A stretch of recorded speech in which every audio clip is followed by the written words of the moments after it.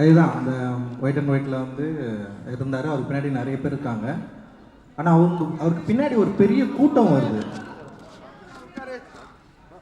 அந்த கூட்டத்தை பார்த்துட்டு எனக்கு பயம் வந்துடுது. பயம் வந்தோடனே வந்து எனக்கு ஒரு பெரிய சந்தேகம் வருது. அது வேறு ஏதோ ஒரு கூட்டம், அண்ணனை வந்து தாக்க வர கூட்டம் அப்படின்ற மாதிரி வந்து எனக்கு தோணுது.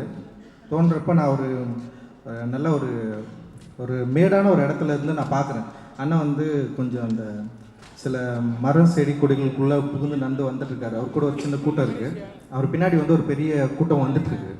அவங்க வந்து ரொம்ப ஃபோர்ஸ்ஃபுல்லாக வந்து அண்ணனை நோக்கி ஓடி வந்துகிட்டே இருக்காங்க. நான் பார்த்துட்டேன். அதை நான் பார்த்துட்டு நான் வந்து கத்துறேன். ஆனால் வந்து பின்னாடி வராங்கண்ணான்னு சொல்லிட்டு நான் வந்து கத்துற உடனே வந்து அண்ணன் என்ன பண்ணாருன்னா ஒரு பாதுகாப்பான இடத்துக்கு வந்துடுறாரு. வந்துட்டு வராரு. வந்ததுக்கப்புறம் வந்து என்ன நடக்குதுன்னு எனக்கு தெரியல. அண்ணன் வந்து பயங்கர சேஃப் ஆயிடுறாரு. அண்ணனுக்கு எந்த பிரச்சனையும் இல்லை. அண்ணன் பின்னாடி வந்த கூட்டம் வந்து சிதறி ஓடிடுது. ஸோ இது வந்து எனக்கு வந்து நேற்று நைட்டு வந்த கனவு. அண்ணன் வெட்டப்பட்ட செய்தி கேட்ட உடனே அண்ணன் எப்படியாவது உயிர் பொழிச்சிடணும்னு சொல்லிட்டு ஏங்கின அந்த ஒரு நிமிடத்தோடைய ஒரு தொடர்ச்சியாக நான் இந்த கனவை வந்து பார்க்குறேன். இந்த கனவு என்னுடைய கனவு மட்டும் இல்லை, இங்கே இருக்கிற எல்லாருடைய கனவாக அது இருக்கும்.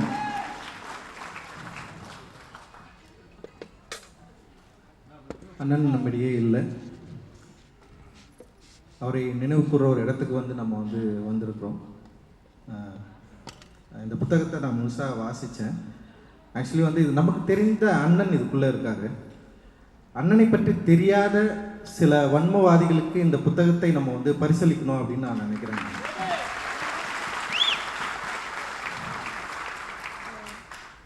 அண்ணன் கொலையுண்ட உடனே இந்த அரசாங்கத்தை பற்றி, குறிப்பாக அந்த திமுக அரசை பற்றி எந்த தீங்கும் நேரிடக்கூடாது அப்படின்னு உடனே தீர்ப்பெழுதிய பல வன்மவாதிகள் வந்து இங்கே இருக்காங்க. அந்த வன்மவாதிகள் அவர்களுடைய தீர்ப்பில் ஒரு ரவுடி இறந்ததுக்கா இவ்வளோ பிரச்சனை, ஒரு ரவுடி இறந்ததா வந்து இங்கே வந்து சட்டம் ஒழுங்கு சீர்கெட்டு போச்சு அப்படின்ற பல குரல்களை எழுப்பின அந்த வன்மவாதிகளுக்கு நிச்சயமாக இந்த அண்ணனை பற்றி தெரிந்திருக்க வாய்ப்பில்லை. இந்த அண்ணனை அவர்களுக்கு நம்ம வந்து அறிமுகப்படுத்த வேண்டிய தேவை நமக்கு இருக்குன்னு நான் நினைக்கிறேன். நமக்கு இந்த புத்தகத்தை கொடுத்து அவர் என்னெல்லாம் செஞ்சுருக்காரு, அவருடைய சாதனைகள் என்ன, ரொம்ப சைலண்ட்டாக எவ்வளோ பெரிய வேலையை செஞ்சுருக்காரு. இங்கே இருக்கிற பெரும் மதிப்புக்குரிய நிறைய கட்சிகள் இருக்குது, நிறைய பவர்ஃபுல்லான கட்சிகள் இருக்குது, நிறைய தலித் மூமெண்ட்ஸ் இருக்குது. அந்த மூமெண்ட்ஸோடு சேர்ந்து ரொம்ப சைலண்ட்டாக மிகப்பெரிய வேலைகளை வந்து அவர் செஞ்சு முடிச்சிருக்காரு. ரொம்ப சாதாரண விஷயம் கிடையாது அப்படின்றத வந்து அவங்க வந்து தெரிஞ்சுக்கணும். ஆனால் இது மூலமாக அவங்க திருப்தி அடைவாங்களான்னு எனக்கு தெரியல. ஏன்னா நமக்கு சம்மந்தமே இல்லாத, அதாவது தோழமை உணர்வோடு இருந்த நிறைய யூடியூபர்ஸ் கூட வந்து அந்த இடத்துல வந்து ரொம்ப பெரிய மௌனத்தை காத்தாங்க. அவர் வந்து அவர்களுக்கு எப்படி ஒரு கொல்லப்பட வேண்டியவராக தெரிஞ்சாருன்றது வந்து ஒரு பெரிய சந்தேகம் இருந்தது. இந்த அரசின் சட்ட ஒழுங்கு சீராக இருக்கிறது அப்படின்றத காப்பாற்றுவதற்காக எல்லா யூடியூபர்ஸும் வந்து அண்ணன் மேலே மிகப்பெரிய பழியையும் குற்றமும் சுமத்தி அவர் ரொம்ப மோசமாக வந்து சித்தரிச்சுட்டே இருந்தாங்க. அதுக்கப்புறம் நம்ம எல்லாருமே வந்து பேச ஆரம்பித்தோம், சமூக வலைதளங்களில் பேச ஆரம்பித்தோம். அதுக்கப்புறம் வந்து அவர் பேசின காணொலிகள் நிறைய மக்களை போயிட்டு ரீச் ஆச்சு. நிறைய பேர் பார்த்துட்டு இவர் தானான்னு சொல்லிட்டு, இப்படி ஒரு மனிதரா, இப்படி ஒரு நல்லெண்ணம் கொண்டவரா, குறிப்பாக வந்து முரண்பட்ட சாதிகளுக்கிடையே வன்மத்தை விதைக்காம, வன்முறையை தூண்டாம நம்ம எல்லாரும் ஒன்றா இருக்கணும்னு பேசின அவருடைய நிறைய காணொலிகள் வந்து மக்களால் மிகப்பெரிய அளவில் வந்து பாராட்டப்பட்டது. அது நிறைய ஷேர் பண்ணாங்க. நிறைய நண்பர்கள் தோழர்கள் என்கிட்ட வந்து பேசினாங்க. அந்த டைமில் தான் வந்து இவர் தான் ஆம்ஸ்ட்ராங் அண்ணனா, இப்படிப்பட்டவர் தான் ஆம்ஸ்ட்ராங் அண்ணனா, எங்களுக்கு அவரை பற்றி தெரியாமல் இருந்தது அப்படின்னு சொல்லிட்டு அதுக்கப்புறம் நம்ம தோழர்கள் நிறைய பேர் பேசுனது மூலமாக ஒரு பெரிய ஒரு பாய்ச்சல் நிகழ்ந்தது. அது அந்த ஏற்கனவே அண்ணன் மறைவை ஒட்டி அவருடைய இறப்பை ஒட்டி பேசப்பட்ட கருத்துக்களுக்கு ஒரு பதில் கருத்தாக அது அமைஞ்சது. அந்த அமைஞ்சதன் அடிப்படையில் எப்படி வந்து தமிழக காவல்துறை வந்து உடனடியாக ஒரு தீர்ப்பை எழுதினாங்கல்ல, இது வந்து ஆற்காடு சுரேஷுடைய படுகொலைக்கு வந்து எதிர்படுகொலை அப்படின்னு சொல்லிட்டு உடனடியாக இது வந்து ரவுடிகளுடைய சண்டை அப்படின்னு சொல்லிட்டு தீர்ப்பு எழுதினாங்கல்ல, அப்படி இல்லை. இதுக்கு பின்னாடி ஏதோ ஒரு மறைமுக திட்டம் இருக்குது, ஒரு பெரிய செயல் திட்டம் இருக்குது. அந்த செயல் திட்டத்தின் அடிப்படையில் தான், அரசியல் காரணங்களுக்காக தானே அண்ணன் படுகொலை செய்யப்பட்டிருக்கிறார் அப்படின்னு நம்ம எவ்வளோ பேசினதுக்கு அப்புறமும் அதை பற்றி புரிந்து கொள்ளாதவர்கள் அதன் பிறகு தலைமையேற்ற திரு அருண் அவர்களுடைய தலைமையில், கமிஷனரோட தலைமையில் ஒரு விசாரணை தொடங்கினதுக்கப்புறம் இந்த கொலைக்கு பின்னாடி பல திட்டங்கள் இருந்ததை அவங்க வந்து கொண்டு வந்தாங்க. அண்ட் அதோட பெரிய விசாரணை வளையத்துக்குள்ளே பல பேர் உள்ளே வந்தாங்க. டெய்லி ஒவ்வொருத்தர் வந்துட்டே இருந்தாங்க. யாரா இது இவ்வளோ பேர் இருக்காங்க, அவர் தெருவிலிருந்து ஒருத்தர் வராரு, அங்கிருந்து ஒருத்தர் வரான், இங்கிருந்து ஒருத்தர் வழக்கறிஞர்கள் வராங்க, எக்கச்சக்கமான பேர் லிஸ்ட்டு வந்துட்டே இருக்கு. கிட்டத்தட்ட இன்னைக்கு வரைக்கும் லிஸ்ட்டு முடியவே இல்லை. இப்போ கிடைச்சிருக்கிற லிஸ்ட் வரைக்கும் வந்து கிட்டத்தட்ட பார்த்தா ஒரு 27க்கு மேலே வந்து வந்திருக்கு.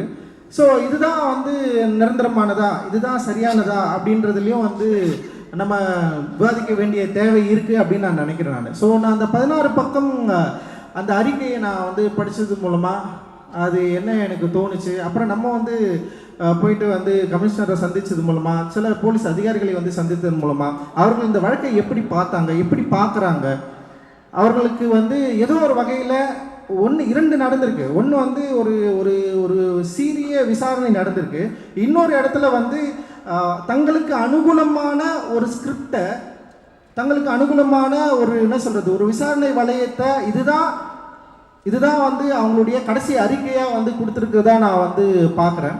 இதற்கு பின்னாடி விடுபட்டு போன விஷயங்களை, விடுபட்டு போயிருக்கிறத நான் சில விஷயங்களை வந்து நான் வந்து நம்புகிறேன். நம்முடைய தோழர்களை நம்புவாங்கன்னு நினைக்கிறேன். நம்முடைய வழக்கறிஞர் குழு வந்து தயவு செஞ்சு இதை அந்த அறிக்கையை வாங்கி படித்து வந்து இதில் இருக்கிற அவர்கள் விடுபட்டு போன, இல்லை வந்து அவர்கள் விசாரிக்காமல் விட்டு போன, அவர்கள் சில அரசியல் காரணங்களுக்காக சிலதை வந்து உள்ளிழுக்காமல் சிலதை வந்து அப்படியே வந்து வெளியே வச்சுருக்காங்க. ஸோ அதை எல்லாத்தையும் வந்து நம்ம வந்து ஒரு மறு விசாரணைக்கு உட்படுத்த வேண்டிய தேவை நமக்கு இருக்குது அப்படின்னு நான் நினைக்கிறேன். தயவு செய்து இந்த சட்ட போராட்டத்தை நம்ம வந்து பண்ணியே ஆகணும். ஏன்னா அந்த 16 பக்கத்துலேயே பார்த்தீங்கன்னா ஒரு 3 பேரோட அக்கௌண்ட்டில் பெரிய அளவில் தொகை வந்திருக்கு. அந்த பெரிய அளவில் தொகை என்னென்னா, ஒருத்தர் வந்து 1,40,00,000 ஒரு தொகை இருக்குது, ஒருத்தருக்கு 41 லட்ச ரூபாய் ஒரு தொகை இருக்குது, அப்புறம் 29 லட்ச ரூபாய் ஒரு தொகை. இது மாதிரி வந்து விதவிதமான வந்து தொகைகள் வந்து பரிமாறப்பட்டிருக்கு, உள்ளே வந்திருக்கு. அதை பற்றி காவல்துறை என்ன சொல்லியிருக்காங்கன்னா, அதில் இதை பற்றிய மேற்படி விசாரணை தொடர்ந்து கொண்டிருப்பதாக அதில் வந்து சொல்லியிருக்காங்க. ஆனால் வந்து 5000 பக்கங்கள் கொண்ட அந்த விசாரணை அறிக்கையில் அதை பற்றி இருக்குதா அப்படின்னு எனக்கு தெரியல. நம்முடைய தோழர்கள் தான் அதை வந்து தயவு செஞ்சு அதை படித்து வந்து நம்ம வந்து புரிஞ்சுக்கணும் அப்படின்னு நான் நினைக்கிறேன். அண்ட் வந்து இது ஒரு வகையில் காவல்துறைக்கும், இல்லை வந்து இப்போ இந்த படுகொலைக்கும் நிகழ்ந்ததுக்குமான, இல்லை வந்து எது உண்மை இல்லை, இல்லை இதில் வந்து குறைந்தபட்ச உண்மைகளை வந்து மட்டுமே மையப்படுத்தி கொண்டு வரப்பட்ட அறிக்கையாகவும் இருக்கலாம் அப்படின்ற ஒரு சந்தேகம் வந்து எனக்கு இருக்குது. அந்த சந்தேகத்தை நம்முடைய தோழர்கள் அவங்களுக்கும் இருந்ததுன்னா டெஃபினட்டாக நம்ம வந்து இதை ரீஅப்பீல் பண்ணி திரும்ப மறு விசாரணைக்கு உட்படுத்தி சட்ட ரீதியான ஒரு போராட்டத்தை நம்ம ரொம்ப ஸ்ட்ராங்காக செய்யணும் அப்படின்னு நான் நினைக்கிறேன். இதில் யாரும் விடுபட்டு விடக்கூடாது அப்படின்றது தான் ரொம்ப ரொம்ப முக்கியமானதா அப்படின்னு நான் நினைக்கிறேன். ஏன்னா சம்மந்தமே இல்லாமல் சிசிங் சேகர் ஏன் சாகணும்னு தெரியல, ஏன் என்கவுண்டர் பண்ணணும்னு எனக்கு தெரியல. அப்படி என்கவுண்டர் பண்ணப்பட்டு சிசிங் சேகர் வந்து அவர் வந்து என்கவுண்டர் பண்ணுறப்படுறாரு. அவர் என்கவுண்டர் பண்ணப்பட்டு அந்த கொலைக்கும், அந்த என்கவுண்டருக்கும் ஆம்ஸ்ட்ராங் கொலைக்கும் எந்த சம்மந்தமும் இல்லைன்னு சொல்கிறாங்க. ஆனால் ஆம்ஸ்ட்ராங்கோடைய படுகொலை நிகழ்ந்த உடனே முதல்ல வந்த பேர் வந்து சிசிங் சேகர் தொடர்பு இருக்கலாம் அப்படின்ற ஒரு பேர் வந்து அடிப்பட்டது. ஆனால் சிசிங் ராஜ். ஸோ அப்படி ஒரு பேர் வந்து உள்ளே வருது. ஆனால் வந்து அவர் படுகொலை செய்யப்படுறாரு. அண்ட் வந்து இந்த என்கவுண்டர் வந்து உண்மையிலேயே வந்து இந்த கொலைக்கு சம்மந்தப்பட்ட என்கவுண்டரா, இல்லை வந்து கொலைக்கு சம்மந்தப்படாத என்கவுண்டரா அப்படின்ற கேள்வியை நம்ம கேட்க வேண்டிய தேவை இருக்குது. அப்போ சிசிங் ராஜா ஏன் நகரத்துக்குள்ளே வராரு, யாரையெல்லாம் சந்திக்கிறாரு, அவருக்கும் இங்கே இருக்கிறவங்களுக்கும் என்ன பிரச்சனை இருக்குது, ஏன் வந்து அவர் வந்து படுகொலை செய்யப்படுறாரு, அவர் படுகொலை செய்யப்படுவதன் மூலமாக என்ன இங்கே நடந்திருக்கலாம், அது பின்னாடி ஏதாவது உண்மை இருக்கா அப்படின்ற சந்தேகம் எழாமல் இல்லை. அந்த சந்தேகத்திற்கு இங்கே இருக்கிற காவல்துறை பதில் சொல்லியே ஆக வேண்டும். இது எங்களுடைய உரிமை. இதை நீங்கள் உதாசீனப்படுத்தவே முடியாது. எங்களுடைய அடிப்படை உரிமை. நாங்கள் இழந்திருக்கிறோம் எங்கள் தலைவரை, எங்கள் அண்ணனை நாங்கள் வந்து இழந்திருக்கிறோம். ஸோ இதில் வந்து காவல்துறை ஃபஸ்ட்டு சந்திக்கிறப்ப அவங்க சொன்னாங்க, வெல் ஸ்கிரிப்டட் மர்டர் இது. ஏன்னா ஃபர்ஸ்ட் வந்து ஆற்காடு சுரேஷோடைய அந்த அவரை வந்து படுகொலை செஞ்சதுக்காக செய்யப்பட்டதாக ஒரு திட்டத்தை கூட்டி இது செஞ்சு இதை வந்து பண்ணியிருக்காங்க அப்படின்னாங்க. அண்ட் அதுக்கப்புறம் வந்து ஒரு பெரிய விசாரணை வளையம் வந்தது. அதில் வந்து நிறைய பேர் நம்மவும் கம்ப்ளைண்ட் பண்ணோம், நிறைய பேரை வந்து விசாரித்தாங்க. அந்த விசாரித்ததில் ஸோ இது இப்போ வந்திருக்கிறது நமக்கு நம்முடைய இப்போ நம்ம தோழர்கள் நம்முடைய வழக்கறிஞர்கள் எல்லாருமே இருக்காங்க, அண்ணி இருக்காங்க, நிறைய பேர் எல்லாருக்குமே தெரியும் என்ன நடந்ததுன்னு. சில சந்தேகமான விஷயங்கள் நிறைய இருக்குது. அந்த சந்தேகமான விஷயங்களை கூட நம்ம வந்து லேசாக விட்டுடாம அதற்கு வந்து முறையான விசாரணை டெஃபினட்டாக தேவை அப்படின்றதுல நம்ம எல்லாரும் உரிமை, அதாவது பயங்கர ஃபோர்ஸ்ஃபுல்லாக இருக்கணும் அப்படின்னு நான் நினைக்கிறேன். ஏன்னா இதை ரொம்ப சாதாரணமாக விட்டுற முடியாது. இப்போ என்ன எழுதுறாங்கன்னா, லைக் வந்து இந்த இந்த அறிக்கை வெளியே வந்ததுக்கப்புறம் என்ன எழுதிட்டு இருக்காங்கன்னா, அதான் நாங்கள் தான் முன்னாடியே சொன்னல, இது ஒரு ரவுடி கும்பலுக்குள்ளே நடந்த சண்டை. திரும்பவும் அதே வன்மத்தை கற்கக்கூடிய இடத்துல வந்து நிற்கிறாங்க. நீங்கள் தான் வந்து நீங்கள் டிஎம்கே கவர்மெண்ட்டை வந்து நீங்கள் வந்து அக்யூஸ் பண்ணீங்க. ஒரு அரசு கிட்டத்தட்ட 2018 இப்போ அதில் ஒன்று இருக்குது, சிவகுமார், மயிலை சிவகுமார் கிட்ட போயிட்டு 18 வந்து போயிட்டு பாம்பு வாங்கியிருக்கிறதா ஒரு வார்த்தை வருது. அதில் கிட்டத்தட்ட 18 அங்கேருந்து தொடங்குது. அது அண்ணனை வந்து மர்டர் பண்ணணும்னு சொல்லிட்டு ஒரு பெரிய பிளான் நடந்துகிட்டே இருக்கு. அதுவும் சென்னை மாநகரத்தில் நடந்துட்டு இருக்கு. அதுவும் வந்து இங்கே இருக்கிற முக்கியமான ஒரு பகுதியில் நடந்துட்டு இருக்கு. அப்போ இங்கே இருக்கிற உளவுத்துறையும் இங்க இருக்கிற காவல்துறையும் இங்க இருக்க இவங்களுடைய வேலை என்ன? ஒரு தலைவர்களுக்கு பின்னாடி இவருடைய அச்சுறுத்தல் இருக்குது. அந்த அச்சுறுத்தலை பற்றி அவர்களுடைய யோசனை என்ன? ஏன் இதை பற்றி அவர்கள் யோசிக்கவில்லை அப்படின்ற கேள்வி எழாமல் இல்லை. அந்த கேள்விக்கு அவங்க பதில் சொல்ல வேண்டிய தேவை இருக்கிறதா நான் வந்து பார்க்குறேன். இது திரும்பியும் வந்து இப்படி ஒரு கேள்வி கேட்கறது மூலமாக நீங்கள் வந்து அரசை குற்றம் சாட்டத்தில் திரும்பி வந்து நிற்கிறீங்க. இதுக்கு வந்து அரசும் இதுக்கும் சம்மந்தப்படல. இது எந்த அரசாக இருந்தாலும், திமுக அரசு இல்லை, அதிமுக அரசாகவே இருந்தாலும் நாங்கள் கேள்வி கேட்பது எப்படி எங்களுடைய ஜனநாயக உரிமை. இந்த உரிமையை நாங்கள் விட்டுக் கொடுப்பதா இல்லை. இதில் மறைந்திருக்கிற பல உண்மைகளை வெளிக்கொண்டு கடைசி வரைக்கும் சட்ட போராட்டம் நம்ம செய்தாக வேண்டிய தேவை இருக்கு. இது பயப்பட வேண்டிய அவசியமே இல்லை. ஏன்னா இதில் நிறைய, அதாவது லைக் இப்போ இதில் எழுதப்பட்டது சிலது தான், ஆனால் எழுதப்படாதது எக்கச்சக்கமாக இருக்கு. அவர் வந்து மக்களுக்காக செஞ்ச உதவிகள் அப்படின்றது வந்து நிறைய இருக்கு. அண்ட் வந்து இன்னைக்கு வந்து மதவாதம் வந்து பயங்கர ஒரு ஃபெரோசியஸாக இருக்கிறப்போ ஒரு பௌத்த பண்பாட்டு ஒரு மையத்தை உருவாக்கி இவ்வளவு மக்களை பௌத்தத்தை நோக்கி திருப்புறது அப்படின்றது ஒரு சாதாரண விஷயம் கிடையாது. இது ஒரு பெரிய லெகசியை ஏற்கனவே பாபா அம்பேத்கர் இழுத்து கொண்டு விட்ட தேரை வந்து இழுத்து கொண்டு போகிற மிக முக்கியமான வேலை. அது அன்னையிலோடனே ஸ்டாப் ஆயிடுச்சு இல்லை, அப்படி நிற்குது இல்லை அது. ஸோ நிறைய யோசிக்க வேண்டியது இருக்கு. இந்த யோசனைகளுக்கு அவர்கள் பதில் சொல்லியே ஆகணும். இந்த கேள்வி கேட்பதால் வந்து உடனே வந்து அரசுக்கு எதிரானவர்கள், இவர்கள் அரசு திட்டமிட்டே வந்து இவங்க வந்து அட்டாக் பண்ணுறாங்க, இவங்களுக்கு இதே தான் வேலை, இது ரவுடி கும்பலோட சண்டை அப்படின்றது கிடையாது. அப்படி சொல்லி போட முடியாது அப்படின்றது தான் எங்களுடைய விவாதம். அதுதான் எங்களுடைய திட்டவட்டமான எண்ணமும் கூட. நீங்கள் பதில் சொல்லியே ஆக வேண்டும். கடைசி வரை நாங்கள் கேள்வி கேட்டுக்கொண்டே இருப்போம். உங்களுடைய அறிக்கைக்காக நாங்கள் காத்து கொண்டிருக்கிறோம். அன்னிக்கிட்டையும் ஆனந்தன்கிட்ட எல்லாருக்கிட்டையும் நான் வந்து வைக்கிற கோரிக்கை என்னன்னா, வருகிற அந்த அறிக்கையை தயவு செய்து ஒரு வழக்கறிஞர் குழுவை வைத்து தீவிரமாக அதை படித்து விட்டு நமக்கு கரெக்டான ஒரு பதிலை நம்ம சொல்லணும். நம்ம சைட்லேருந்து ஒரு பதிலை சொல்லணும். நம்முடைய சந்தேகங்களையும் பிரச்சனைகளையும் திரும்ப வந்து ஃபைல் பண்ணி அதுக்கு பதில் சொல்ல வைக்க வேண்டிய தேவையை நம்ம வந்து உருவாக்கணும். அதற்கான பிரஷரை வந்து உருவாக்கக்கூடிய ஆட்களாக நம்ம மாறணும் அப்படின்றது தான் என்னுடைய ஒரு வேண்டுகோளாக நான் இங்கே வந்து வைக்கிறேன். அண்ட் இன்னொரு விருப்பமும் வேண்டுகோளும் நான் வந்து வைக்கிறேன். ஏன்னா பொதுவாக அண்ணன் சம்மந்தப்பட்டவர்கள்கிட்ட நான் நிறைய பேசிகிட்டே இருந்ததில் நிறைய டிஸ்கஷன் வந்து நடந்திருக்கு. அந்த டிஸ்கஷன் என்னென்னா, இப்போ நான் வந்து என்னென்னா சமூக மாற்றம் நிகழ்ந்த உடனே வந்து அரசியல் மாற்றம் நிகழ்ந்துடும் அப்படின்னு வந்து நான் கொஞ்சம் பேசிகிட்டே இருப்பேன். அந்த அண்ணன் கூட இருக்கிறவங்க நிறைய பேர் வந்து ஃபைட் பண்ணி, இல்லை அரசியல் மாற்றம் தான் ஃபஸ்ட்டு, அதுக்கப்புறம் சமூக மாற்றம் அப்படின்னு சொல்லுவாங்க. பாபா சாஹேப் அம்பேத்கர் வந்து அரசியல் மாற்றமும் சமூக மாற்றமும் வந்து இரு வேறு பாதையில், ஒரு வழி பாதை, 2 பாதையும் போயிட்டு தான் நம்ம வந்து அதை சேஞ்ச் பண்ண முடியும் அப்படின்னு சொல்கிறாரு. ஆனால் அரசியல் ரீதியான மாற்றத்தை உருவாக்க நம்ம என்ன பண்ண போகிறோம் அப்படின்றது வந்து ரொம்ப முக்கியமானதாக நான் வந்து பார்க்குறேன். ஸோ இங்கே பகுஜன் சமாஜ் கட்சி தோழர்கள் நிறைய பேர் இருக்கிறீங்க. அண்ட் வந்து நிறைய பகுதிகளில் நம்ம வந்து இருக்கிறோம். ஸோ நம்ம வந்து ஒரு டார்கெட்டோடைய ஒரு திட்டத்தோட நம்முடைய இந்த 2026 அரசியலை நம்ம வந்து பார்க்கணும் அப்படின்னு நான் நினைக்கிறேன். ஸோ அது வந்து நம்முடைய அண்ணனுக்கு செய்கிற காணிக்கையாக, நம்ம அண்ணன் விரும்பியதை செய்கிற ஆட்களாக நம்ம மாறுவதற்கான ஒரு வாய்ப்பு நமக்கு வந்து இருக்கு. அந்த வாய்ப்பு என்னன்னா, திருமதி ஆம்ஸ்ட்ராங் அவர்களை ஒரு தவிர்க்க முடியாத சக்தியாக மாற்ற வேண்டும் நம்ம எல்லாரும் விரும்பினா, அண்ணன் அவர்களுக்கு நம்ம செய்யக்கூடிய மிகப்பெரிய மரியாதையாக நம்ம நினைச்சோம்னா, அவர்களை நம்ம ரொம்ப திட்டமிட்டு செயல்பட்டு திருவள்ளுவர் மாதிரியான ஒரு தொகுதியில் அவங்களை வந்து நிற்க வச்சு அவங்களை வெற்றி பெற வைப்பதற்கு இப்பத்திலிருந்தே வேலை செஞ்சோம்னா டெஃபினட்டாக நம்மளால சக்ஸஸ் பண்ண முடியும். ஏற்கனவே நான் என்ன சொல்றேன், ஏற்கனவே நம்முடைய அண்ணன்கள் தாத்தாக்கள் நம்முடைய நிறைய பேர் வந்து அதாவது தனித்து நின்று வெற்றி பெற்ற வரலாறு நமக்கு இருக்கு. அதுவும் வட மாவட்டத்தில் நமக்கு அந்த வரலாறு இருக்கு. அந்த வரலாறை மீள் உருவாக்கம் செய்வதற்கான ஒரு வாய்ப்பை நம்ம ஏன் உருவாக்க கூடாது? இங்க தயவு செஞ்சு யோசிங்க. இங்க இருக்கிற எல்லாருமே போயிட்டு ஒரு தொகுதி டார்கெட் பண்ணி ஒர்க் பண்ணலாம். நீங்க யாருன்னு கேட்கறாங்களா, அவங்களுக்கு யாருக்கு நம்ம பதில் சொல்லலாம். ஆம்ஸ்ட்ராங்னா யாருன்னு கேட்டாங்களே, அவங்களுக்கு ஒரு பதில் சொல்றதுக்கான வாய்ப்பை நம்ம ஏன் உருவாக்க கூடாது? நான் வேலை செய்வதற்கு தயாராக இருக்கு, நான் வரேன், நீங்க எல்லாருமே வாங்க.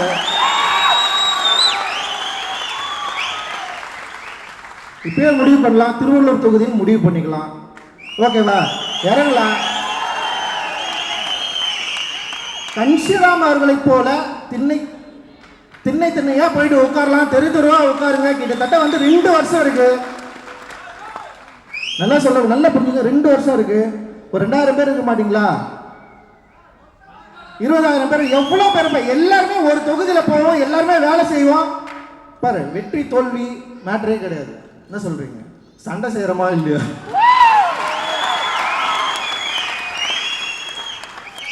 சும்மா நீங்க எங்களை எதை கொண்டும் மிரட்ட முடியாது. நான் திருப்பியும் சொல்றேன், எதை கொண்டும் மிரட்ட முடியாது, எதை கொண்டும் எங்களை விலைக்கு வாங்க முடியாது.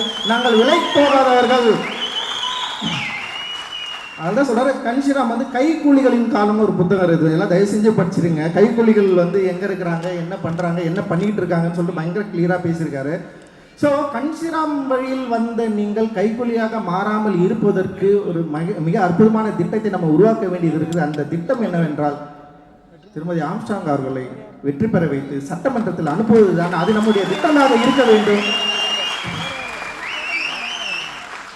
அவங்க வரமாட்டெல்லாம் சொல்லுவாங்க, ஆனால் அதை பற்றி நம்ம கவலைப்பட வேணாம். தயவு செஞ்சு அவங்க வந்து வரணும். அண்ணி வந்து நீங்கள் வரணும், நீங்கள் வந்து நிற்கணும், நீங்கள் வெற்றி பெறணும். அந்த வெற்றிக்காக நம்ம எல்லாரும் உழைக்க வேண்டிய அவசியம் தேவை இருக்குது. அண்ணனுக்கு நம்ம செய்ய வேண்டிய அந்த லெகசி இருக்குல்ல.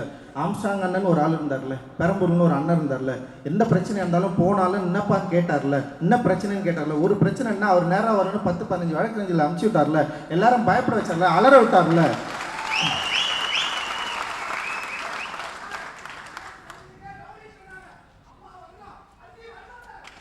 அதுதான் நானும் சொல்கிறேன். ஸோ நாம் வந்து பாபா சாஹேப் அம்பேத்கரின் வாரிசுகள். ஸோ ஆனால் நம்ம வந்து யாருக்காகவும் எப்பவும் நம்ம பயப்பட போகிறதில்ல. ஏன்னா இத்தனை காலம் சண்டை போட்டவங்க வந்து இன்னும் இருக்கிற காலம் சண்டை போட முடியாதா? நான் இத்தனை காலம் இழந்தவர்கள் இன்னும் கொஞ்சம் இருக்கிற காலம் சண்டை போட முடியாதா? நம்ம எவ்வளவோ இழந்துட்டோம். ஆனால் வந்து அவ்வளவு இழந்தோம், அவ்வளவு வீழ்ந்தோம். அதாவது மடிந்து விடாதவர்கள், வீழ்ந்து விடாதவர்கள். நம்ம அப்படியே நின்றுக்கிட்டே இருக்கிறோம், தொடர்ந்து சண்டை செஞ்சுட்டே இருக்கிறோம். அதுதான் நம்முடைய சிறப்பு. அது சாதாரண விஷயம் கிடையாது. சும்மா வந்து நம்ம வந்து அப்படியே ஓரந்தள்ளி அப்படி விட்டு போயிட முடியாது. இன்னைக்கும் கூட தமிழக அரசியல் சூழலில் தலித்துகளின் ஓட்டு மிக முக்கியமான வாக்கு வங்கியாக இருக்குதுன்றதை இங்கே எல்லாருமே நம்பி இருப்பாங்க. யாராலையும் மறக்க முடியாது, மறுக்கவும் முடியாது, அதை வந்து ஒதுக்கி தள்ளிவிடவும் முடியாது. ஸோ யாரோ ஜெயிக்கிறப்ப ஏன் நம்ம ஜெயிக்கக்கூடாது? அண்ணன் என்ன சொல்றாரு? நம்ம ஏன் முதலமைச்சர் ஆக முடியாது? நம்ம ஏன் இந்தியாவின் பிரதமராக ஆக முடியாது? நம்ம ஏன் இந்த நாட்டை ஆள முடியாதுன்னு ஒரு கேள்வி இருக்குல்ல. இது கன்ஷிராமோட கேள்வி தானே, பாபா சாஹேப் அம்பேத்கரின் கேள்வி தானே. நம்ம ஏன் ஆக முடியாது? ஏன் முடியாது? இந்தியாவில் 3% இருக்கிறவர்கள் இந்த நாட்டை ஆளும் போது நம்மளால ஏன் ஆள முடியாதுன்னு நான் கேட்கிறேன். நான் ஸோ இந்த நாட்டை ஆளக்கூடிய எல்லா எண்ணங்களும் பண்பும் இந்த மக்களை ஒன்று சேர்க்கக்கூடிய பாபா அம்பேத்கருடைய எண்ணமே வந்து என்னன்னா, பிசி எம்பிசி ஊசி எல்லாரையும் ஒன்று சேர்த்து எல்லாரையும் ஒன்று சேர்த்து ஒரு பெரிய அரசியல் சக்தியை உருவாக்கணும்னு விருப்பப்பட்டார். ஆனால் அந்த விருப்பம் உடைக்கப்பட்டது. ஒவ்வொரு டைமும் உடஞ்சி இன்னைக்கு வந்து எல்லாருமே எதிரெதிர் அணியில் இருக்கிறோம். ஸோ நம்ம இன்னைக்கு ஒரு முக்கியமான இடத்துல வந்து நிற்கிறோம் நான் நினைக்கிறேன். அந்த முக்கியமான இடத்துடைய ஒரு தீர்வா, ஒரு முடிவா 2 விஷயம் எடுத்துக்கலாம். ஒன்று, அண்ணனுடைய படுகொலைக்கு காரணமானவர்கள் யாரும் இந்த சட்ட தண்டனையிலிருந்து விடுபடவே கூடாது. எந்த அரசியல் காரணங்களை கொண்டும், எந்த அரசியல் சலுகைகள் கொண்டும் அவர்கள் தப்பித்து விடக்கூடாது. அந்த யாரா இருந்தாலும் அவர்களை உள்ள கொண்டு வரதுக்கு நம்ம தொடர்ந்து ஒரு பெரிய ஒரு ஃபைட்டை வந்து நம்ம பண்ண வேண்டியது இருக்கு. அந்த சட்ட ரீதியான ஒரு போராட்டத்தை நம்ம தொடர்ந்து நிகழ்த்த வேண்டிய தேவை இருக்கு. அதே நேரத்தில் அரசியல் அதிகாரத்தில் நமக்கான பங்கு என்ன, ஆம்ஸ்ட்ராங் அண்ணன் விரும்பிய பங்கு என்ன, அந்த பங்கை அந்த பிரதிநிதித்துவத்தை, அந்த பவரை உருவாக்க வேண்டிய தேவை நமக்கு இருக்கு. அந்த தேவையின் அடிப்படையில் நம்ம செயல்பட வேண்டிய நமக்கு ஒரு முக்கியமான கடமை இருக்கு. அந்த கடமை திருமதி ஆம்சா அவர்களை சட்டமன்றத்தில் அனுப்புவது மூலமாக நம்ம வந்து ஆரம்பிச்சு வைக்கலாம் அப்படின்ற ஒரு வேண்டுகோளோட, ஒரு கட்டளையோட உங்ககிட்ட இருந்து நான் விடைபெறேன். ஜெய்வேல். நன்றி அண்ணா.